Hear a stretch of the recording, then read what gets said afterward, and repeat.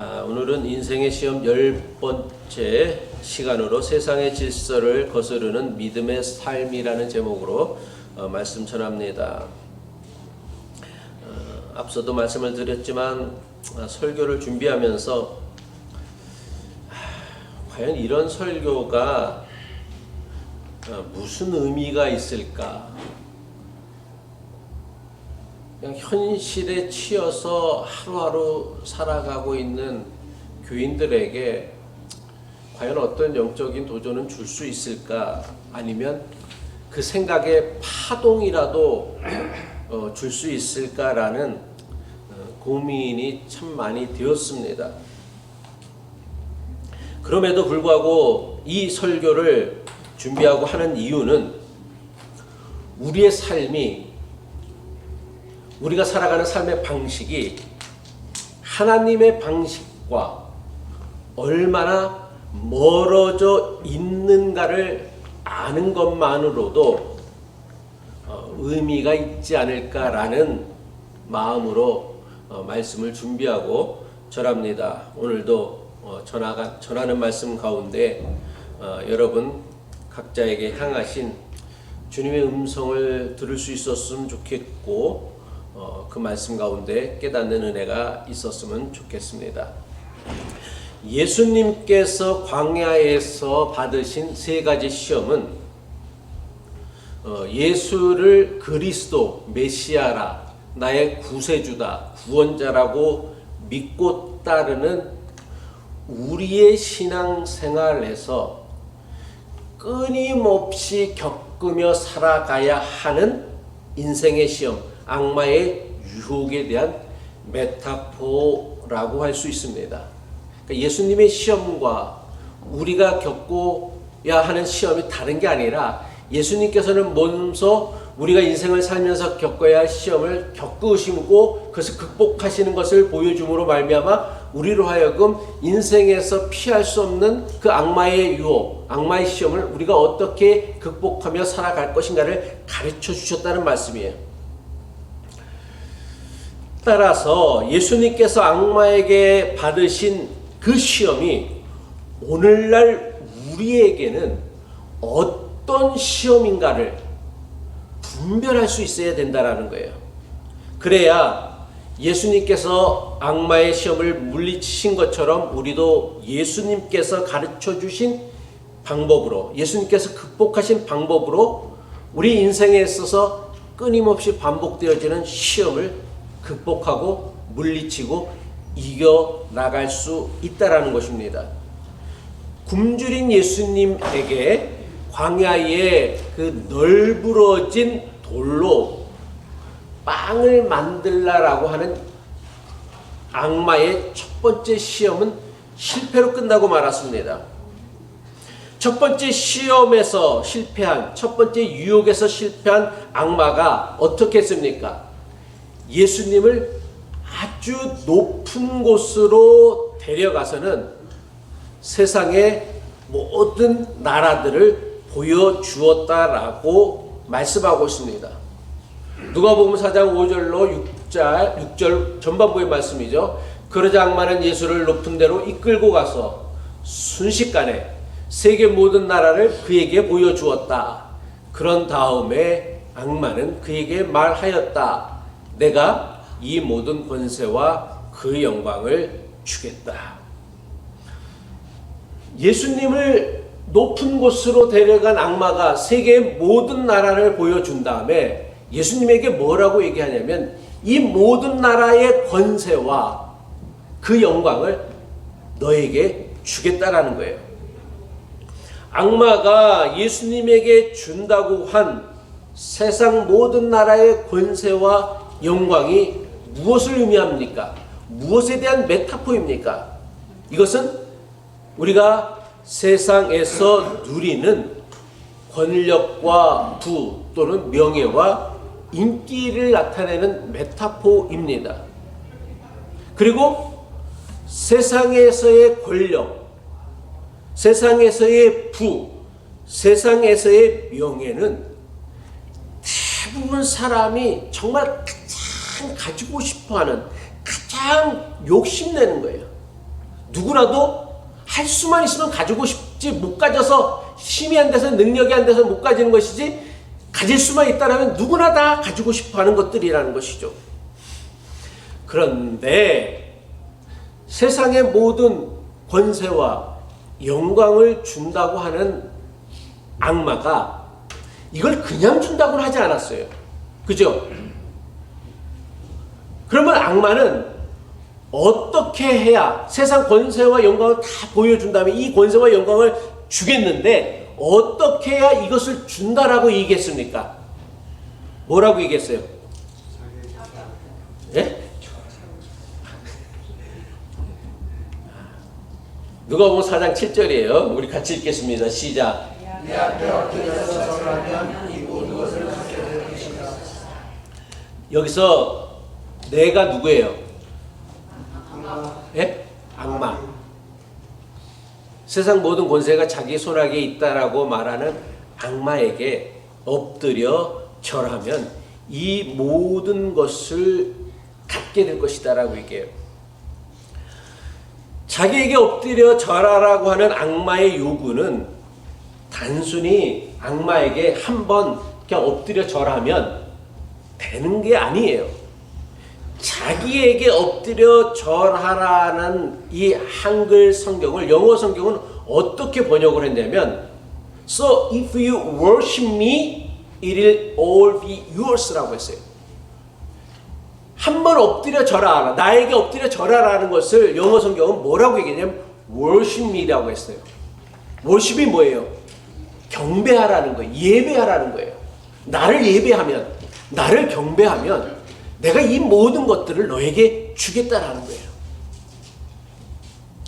자기를 경배하라는 게 뭐예요? 우리가 하나님을 경배한다라는 게 뭐예요? 하나님의 방식대로 하나님의 뜻대로 산다라는 게 워십의 본질의 의미란 말이야. 다시 말하여서 마귀가, 악마가 나를 워십하라라는 이야기가 뭔 뜻이냐면 자기를 너 인생의 주인으로 삼으라는 거예요. 그래서 나를 내 인생의 주인 삼아서 내가 요구하는 방식대로 내가 원하는 대로 너의 인생을 살라라는 것이죠. 이게 워십미에 담겨진 의미, 나에게 엎드려 절하라는 의미에 담겨져 있는 본뜻이란 말이에요. 그러면 내 손안에 쥐고 있는 이 세상 모든 나라의 권세와 영광을 너에게 주겠다라는 거예요. 그러면 세상을 손아귀에 쥔, 세상을 지배하고 다스리고 있는 악마의 방식, 사탄의 방식, 마귀의 방식이 무엇입니까? 뭐예요? 세상을 지배하고 있는, 다스리고 있는, 그래서 그들이 원하는 방식이 뭐냐란 말이에요. 제가 지난주에도 말씀드렸죠. 악마를 자꾸만 뿔 달린 괴물로 생각을 하면 안 된다고 그랬죠. 악마가 뭐라고요? 악마의 본질이 뭐라고요? 참 처음 듣시는 분 같이, 처음 듣는 얘기 같이 이렇게 하시면은 정말 저는 어떡하라고요. 그걸 몇 번을 지금 벌써 얘기를 하고 있는데, 악마가 뭐다? 하나님을 대적하는 방식, 그 모든 것들, 방법들을 다 악마라고 한단 말이에요. 그렇다면 하나님을 대적하고 있는 세상의 방식이 뭐냐란 말이야. 그게 뭐예요? 여러분들은 그런 느낌이 없어요? 예? 오늘날 세상을 지배하고 있는 악마의 방식이 무엇이냐? 그것은 바로 강한 자가 약한 자를 지배하며 권력을 가진 사람이, 힘을 가진 사람이 세상의 부와 명예를 독점하는 거예요. 이것은요, 우리가 살아가는 세상에서 가장 흔하게 일상적으로 볼 수 있는 현상이란 말이에요. 이런 점에서 세상의 권세와 영광은 이미 자기 손에 넘어왔다라는 악마의 말은 허세나 과장이 아니에요. 왜? 우리는 매일같이 힘 있는 자가, 권세를 잡은 자가 세상의 부와 명예를 독점하는 것을 보고 있기 때문에, 법도요 다 똑같은 법이 아니에요. 가난한 사람, 힘없는 사람에게는 버스비 800원을 안 낸 거, 횡령한 거가 감옥에 1년을 갈 죄가 되어지지만, 힘 있는 사람, 권세 잡은 사람에게는 수십억을 횡령해도 그게 죄가 안 된단 말이야. 근데 그게 우리는 일상화 되어졌단 말이야. 그런 현실을 수도 없이 바라보며 목격하며 살아가고 있다란 말이야. 그런데도 아무 생각이 없어. 원래 세상은 그런 거야 라고 생각하고 살아가잖아요. 힘 있는 자가 더 가지는 것, 권세를 가진 자, 권력을 잡은 자가 모든 것을 좌지우지하는 것, 이거를 마치 지극히 당연한 삶의 방식으로 우리는 여기며 살아간다라는 거예요. 악마가 지배하고 다스리고 있는 오늘날 우리가 살아가고 있는 세상의 현실을 사자성어로 표현하면 뭐라고 할 수 있어요? 예? 그렇죠. 그건 잘 아시네. 약육강식이에요. 약자의 삶은 강자의 먹이가 된다는 뜻으로서 강한 자가 약한 자를 지배하거나 힘으로 모든 것들을 해결하려고 하는 무질서한 상황을 비유로 일컫는 말이 바로 약육강식이라는 사자성어예요.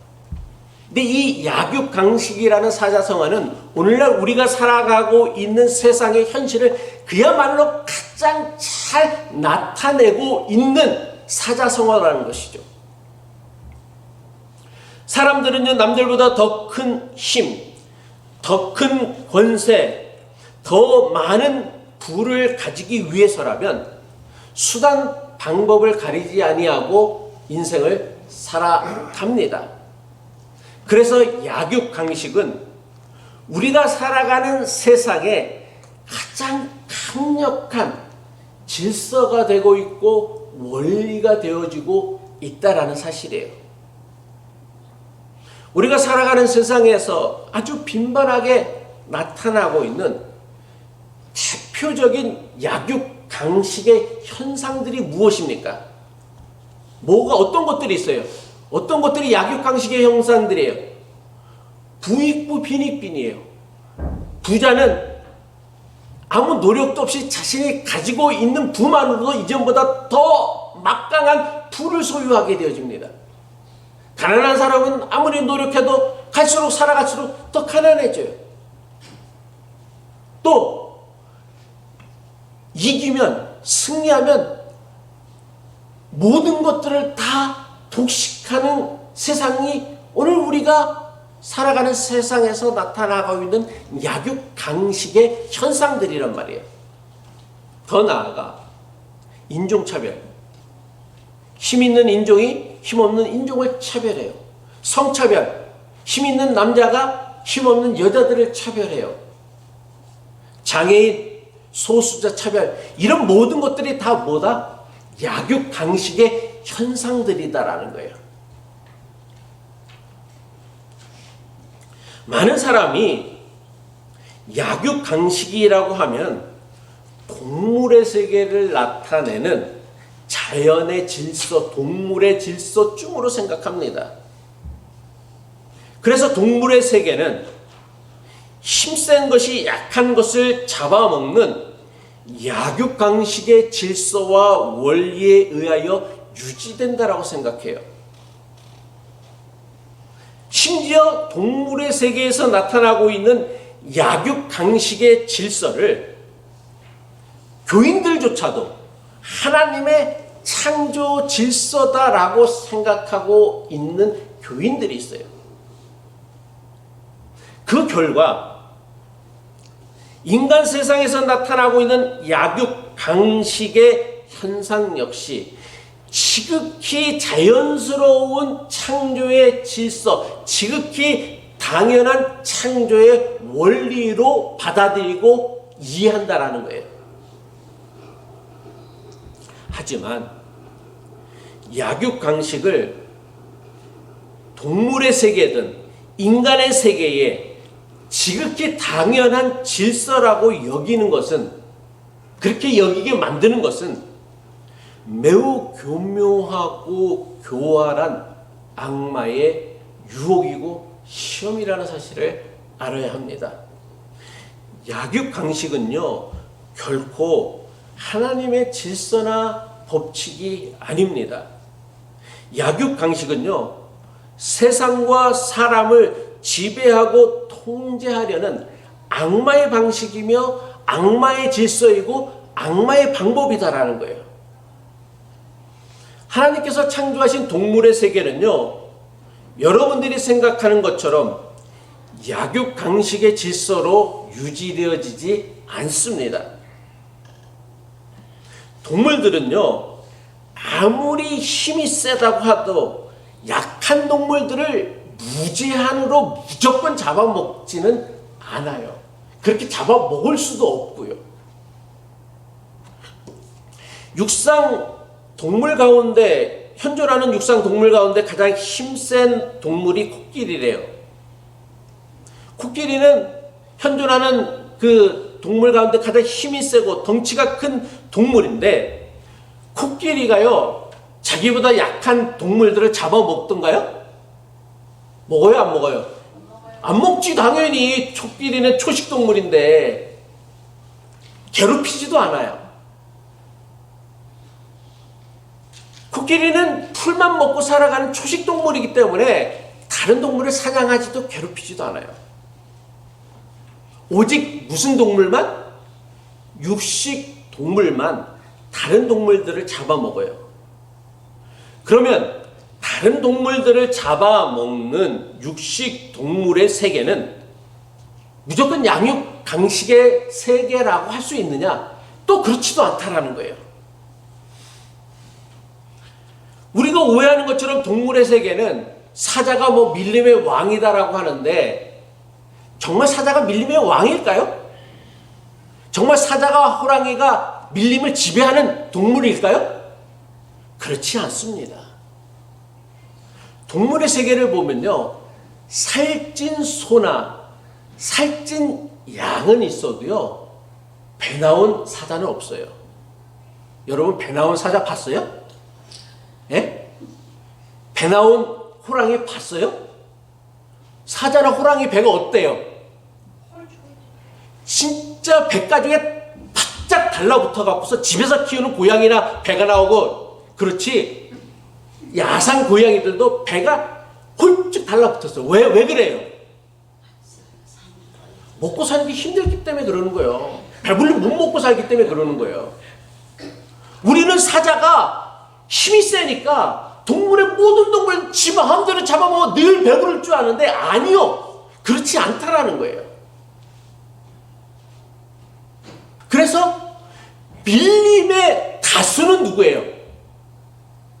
풀을 먹고 살아가는 초식동물들이에요. 얼룩말이나 소들이 밀림을 지배하고 다스리다가 가끔 사자나 호랑이가 나와서 사냥을 하면 기겁을 하고 도망치지만, 그러다가 사자가 또 사라져버리면 또 그 밀림을 마음껏 활보하고 다니는 동물들은 뭐냐면 소나 얼룩말이란 말이에요. 사자들은 저 바위틈 같은 데 가서, 그늘 같은 데 가서 숨어 있다가 배가 고프면 백가족이 정말 등가죽에 달라붙어 갖고, 야, 이래다가 진짜 나 죽고 말겠다 했을 때나 사냥에 나오는 거예요. 그러면 동물들이, 사자가 왜 백가죽이 등가죽에 들러붙도록 사냥을 그때까지 이렇게 참고 견디냐? 사냥이 쉽지 않기 때문에 그래요. 아무리 힘이 센 사자나 호랑이라 할지라도 다른 동물을 잡아먹으려고 하면 최소한 자기는 뭘 걸어야 돼? 지 생명도 걸어야 된단 말이야. 사자가 항상 사냥에 성공하는 것 같죠? 실패하는 경우가 훨씬 더 많아요. 심지어는 사자가 얼룩말의 뒷발질에 걷어차갖고서 죽는 경우도 있고 실명하는 경우도 있고, 불구가 되는 경우도 숱하게 많이 일어난다는 거예요. 그러니까 사자도요, 함부로 얼룩말을 나보다 힘이 약하다고 나만 보면 도망가기 때문에 잡아먹지는 않아요. 목숨을 건단 말이에요. 그런데 사람들은요, 동물의 세계를 약육강식의 세계라며 사람도 동물이기에 사람 살아가는 세상도 약육강식의 질서가 마치 당연한 것처럼 받아들이며 살아간다라는 거예요. 이건 뭐예요? 하나님을 대적하며 살아가게 하려는 악마의 교묘한 시험이다라는 거예요. 앞서도 말씀을 드렸지만 우리가 오해하는 것처럼 동물의 세계는 약육강식의 질서에 의해 유지되어지지 않습니다. 하나님께서 창조하신 동물의 세계는요, 약육강식의 질서로 유지되어지는 세상이 아니에요. 오직 그들의 절박한 필요에 의해서만 움직이고 유지되어지는 세상이란 말이에요. 그래서 아무리 힘이 센 사자나 호랑이라 할지라도 함부로 사냥에 나서지 않는다라는 거예요. 아직 꼭 필요할 때만 사냥에 나서요. 근데 더 중요한 건 뭐냐면, 그럼 힘센 사자나 호랑이가 나를 잡아먹으려고, 얼룩말을 잡아먹으려고, 양을 잡아먹으려고 이렇게 나타났어. 그러면 얼룩말이나 양은 그래 나 잡아먹어라, 넌 나보다 힘세니까 하면서 지 목덜미를 그냥 갖다 주던가요? 아무리 연약한 양도 그렇게 하질 않아요. 끝까지 반항을 하거나 도망을 치려고 해요. 어떤 동물도요, 힘센 사자나 호랑이가 나타났다고 해서 사자나 호랑이에게 나 잡아먹으시오 하고 자기의 생명을 맡기는 동물들은 하나도 없다란 말이에요.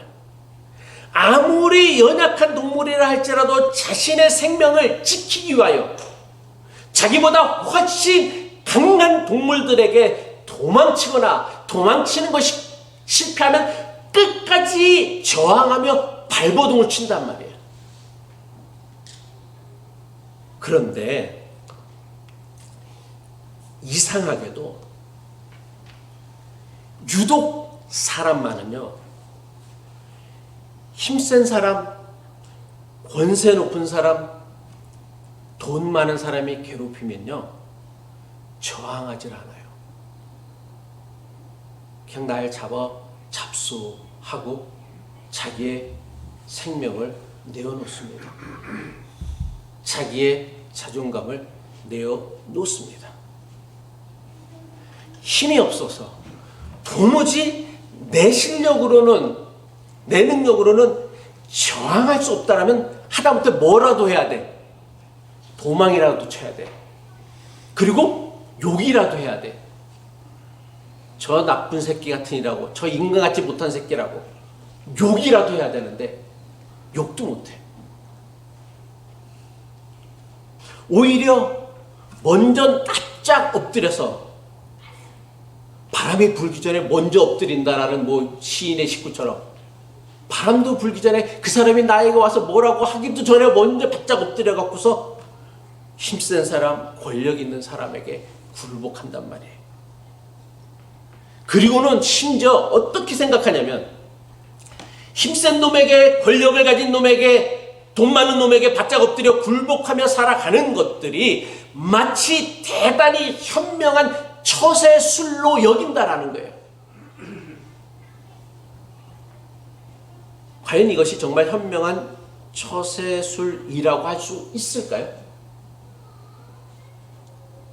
물론 인간의 역사를 살펴보면 이런 식으로 힘 있는 자에게 바짝 엎드려 권력자의 떡고물을 받아 먹으며 자기의 욕심을 채웠던 처세술에 뛰어난 수많은 사람들이 존재해 왔습니다.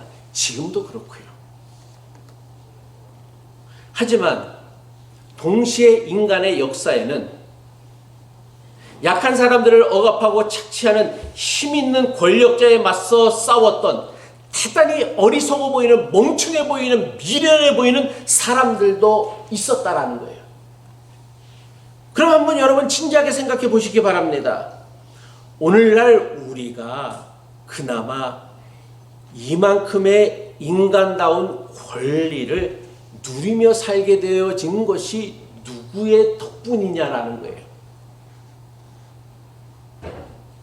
세상을 지배하는 원리는 약육강식이라며 힘센 권력자의 빌부터 권력을 나누었던 처세술에 뛰어난 사람들 덕분이었으니까, 아니면 그 권력을 쥐고 자기보다 약한 사람들을 함부로 마구잡이로 다루었던 사람들 덕분입니까? 아니면 사람은 모두 하나님 앞에서 평등한 존재라며 하나님의 형상을 지닌 존귀한 존재라며 힘센 권력자의 부당한 억압과 차별에 맞서 저항하였던, 인간다움을 지키려고 했었던 사람들 덕분일까요? 인간의 끝없는 탐욕을 이용하여 인간을 지배하고 통제하기 위하여 악마가 앞세우는 가장 악한 세상의 질서가 뭐냐? 그게 바로 저는 약육강식이라고 생각합니다. 약육강식은요, 힘이 센 사람이 약한 사람을, 부자가 가난한 사람을, 권력을 가진 사람이 권력 없는 사람을 함부로 무시하고 억압하고 착취하는 것들을 마치 지극히 자연스럽고 당연한 것처럼 여기게 만드는 대단히 교묘하고 교활한 유혹이란 말이에요. 이거는 절대로 당연한 게 아니에요. 그런데 우리가 살아가는 세상은 힘 있는 자가 좀 힘 좀 썼다, 권력 있는 자가 권력을 좀 썼다고 그게 뭔 죄가 돼? 라고 여긴다란 말이에요. 아무 문제도 아닌 것처럼 생각한다란 말이에요. 악마를 경배하며 산다라는 것이 여러분 무엇을 의미합니까? 악마가 세상을 지배하고 다스리는 약육강식의 질서를 따르며 살아가는 것을 의미합니다. 그런데 약육강식의 질서는요, 세상과 인간을 창조하신 하나님의 창조 질서가 아니에요. 하나님께서는 결코 우리가 살아가는 세상을, 또 동물들의 세계를 약육강식의 질서와 원리에 의하여 유지되어지고 지속되어지도록 창조하지 않으셨다는 것입니다. 이사야 선지자는 하나님의 뜻이 이루어지는 세상에 대해서 이렇게 설명하고 있습니다. 이사야 11장 6절로 8절이죠. 그때에는 여기서 그때는 하나님의 뜻이 이루어지는 하나님 나라가 이루어질 때를 얘기하는 거예요.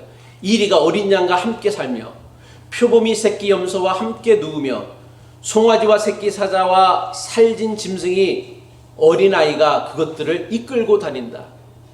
그 어마어마한 무시무시한 동물들을 어린아이가 이끌고 다닌다. 암소와 거미 서로 보치되며 그것들이 새끼와 함께 누우며 사자가 소처럼 풀을 먹는다. 젖먹는 아기가 독사의 구명 곁에서 장난하고 젖된 아기가 살무사의 굴에 손을 넣는다. 이걸 문자적으로 이해할 게 아니라 하나님의 뜻이 이루어지는 나라에서의 그 평화, 사육과 약육강식의 질서가 무너지고 서로 공존하고 협력하는 그 세상들을 꿈꾼 거예요. 그것을 설명한 거예요. 그러면 이사야는 이런 일들이 어떻게 가능하다라고 얘기를 했냐면, 이사야 10장 9절의 말씀이죠. 다 같이 한번 읽도록 하겠습니다. 시작. 거룩한 산 모든 곳에서 서로 해치거나 파괴하는 일이 없다. 물이 바다를 채우듯 주님을 아는 지식이 땅에 가득하기 때문이다. 어떻게 이런 일이 가능하냐? 주님을 아는 지식이 온 땅에 충만할 때에 비로소 이 하나님의 온전한 평화가 가능할 수 있다는 거예요. 무슨 뜻이에요? 세상이 요구하는 그 악마가 요구하는 그 세상의 질서들을 무너뜨리고 거부하고 저항하고 하나님의 뜻, 하나님의 질서를 존중하는 사람들이 세상에 가득 찰 때에 비로소 이 하나님의 평화가, 이 하나님의 샬롬이, 이 하나님의 나라가 가능할 수 있다라는 거예요. 물이 바다를 채움과 같이 여호와를 아는 지식이 우리의 마음 가운데, 우리의 삶 가운데, 우리의 인생 가운데 충만할 때에 이것이 가능하다라는 거예요. 이사야가 고백하는 것처럼 하나님의 창조 질서와 원리는 약육강식이 아니에요. 이거를 자꾸만 하나님의 창조의 질서다라고 얘기하는 건요, 하나님의 창조 질서를 왜곡하는 거예요. 어디에 그런 얘기가 있어? 힘센 놈이 약한 자를 먹어야 된다라는 얘기가 어디에 있느냐 말이에요. 오히려 정반대를 하는 거예요. 성경이 원하는, 하나님이 원하였던 세상, 하나님이 창조하셨던 세상의 질서는 뭐냐면 힘센 사람이 자기가 가진 힘으로 약한 사람을 보호하고 도와주는 것입니다. 권력을 가진 사람이 자신이 가진 권력으로 권력이 없는 사람들을 섬기는 거예요. 남들보다 큰 부를 가진 사람이 자신이 가진 돈으로 가난한 자를 돕는 거예요. 이게 하나님이 창조하셨던 창조의 질서이고 원리란 말이에요. 그런데 악마가 세상을 지배하는 방식인 약육강식이 예로부터 지금 여전히 지금에 이르기까지 세상과 사람을 움직이고 있는 가장 강력한 방식이 되어진 이유가 뭐냐라는 거예요. 사람들이 살아가는 인생을 사는 목적과 의미가 함께 어울려 잘 사는 것이 아니기 때문에 그래요. 우리가 살아가는 인생의 목적은 뭐예요? 남들보다 어떻게 하면 더 높은 자리, 남들보다 어떻게 하면 더 많이 가지는 것, 남들보다 더 많이 남들에게 인정받는 것, 남들보다 더 내가 높은 자리에 올라가는 것, 이것들을 인생 최고의 목적과 의미로 여기며 살아가기 때문에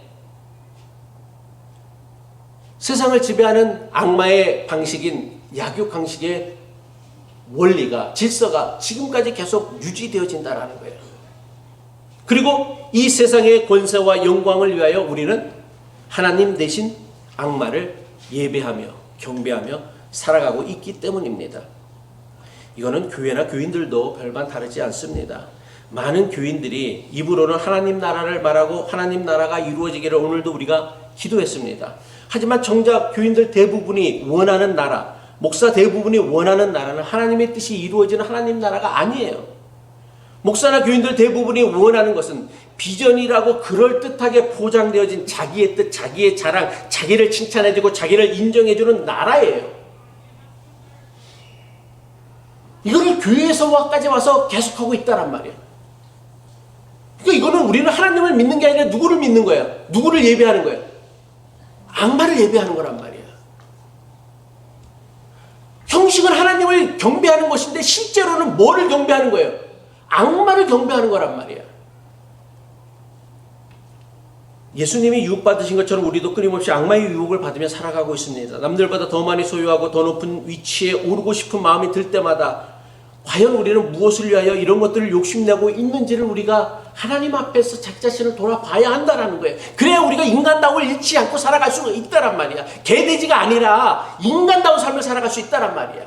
왜 힘센 자들이, 권력자들이, 부자들이 가난한 사람들을, 힘없는 자를 개돼지로 여기느냐? 저항하지 못하기 때문에, 그리고 그들이 만드는 세상의 질서에 굴복하며 살아가기 때문에 그렇다란 말이에요. 우리가 예수를 그리스도로 믿는다라는 건 거기에 좀 굴복하지 않고 저항해야 될 거 아니에요. 그런데 교회에 속쳐서 와서도 이런 일들이 반복되어지고 있다란 말이에요.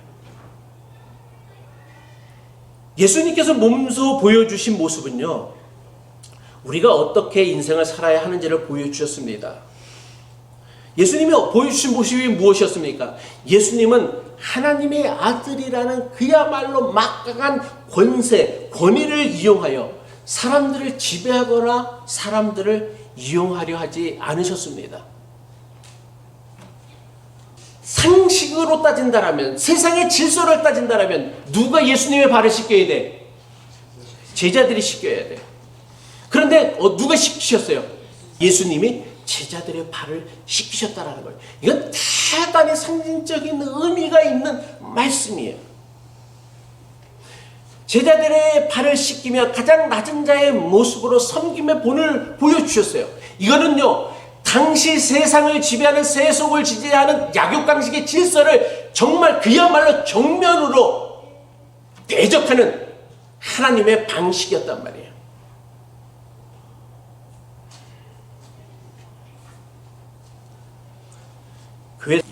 말씀을 마칩니다. 우리가 정말 예수를, 우리를 구원하시는 구세주 그리스도라고 믿는다라면 우리의 선택도 예수님의 선택과 같아야 합니다. 세상의 권세와 영광을 위하여 악매를 경배하며 살아가는 것이 아니라 겸손과 긍휼과 사랑의 힘을 위하여 하나님을 경배하며 우리가 살아가야 한다라는 거예요. 세상의 막강한 권세와 영광에 비하면 겸손, 사랑, 긍휼은 아무것도 아닌 것처럼 대단히 초라해 보일 수 있을 것입니다.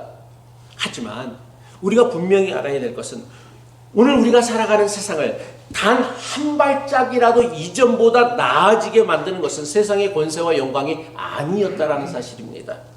남들이 알아주지 않더라도 예수님께서 가신 겸손과 사랑의 길을 걸어갔던 믿음의 사람들 덕분이었음을 우리가 기억해야 돼요.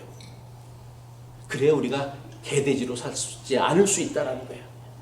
바라기는 저와 여러분의 신앙의 여정에서도 예수님이 가셨던 그 겸손과 긍휼과 사랑의 길이 나타날 수 있기를 주님의 이름으로 간절히 축복합니다.